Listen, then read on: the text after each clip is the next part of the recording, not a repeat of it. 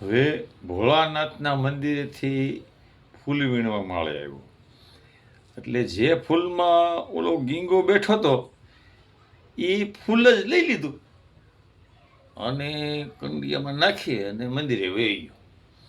હવે આ ભમરો આવ્યો એટલે ગોતવા ગીંગો કે ચડે નહીં.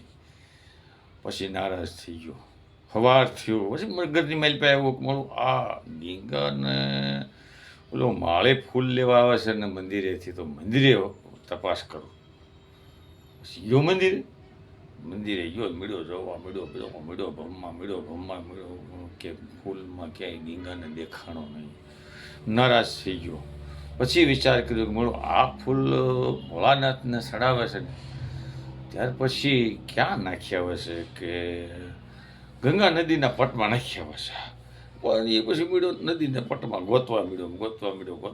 પછી ગોતતો પછી નદીના પટની માલ પર જે ફૂલ તણાતા જતા હતા એની માલ પર ગીંગો બેઠેલો. અરે કે ભલા માણા, હું તને બે દીધા ગોતો શું, હાલ.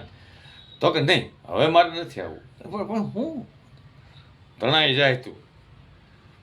તો કે સાંભળ કે સત્સંગ છે તરી ગયો જીવડો, સીડ્યો શંકર કે શીશ, અબ મુझे જાને દે ભમરા કા આ ગંગ ધારા કે વિષ.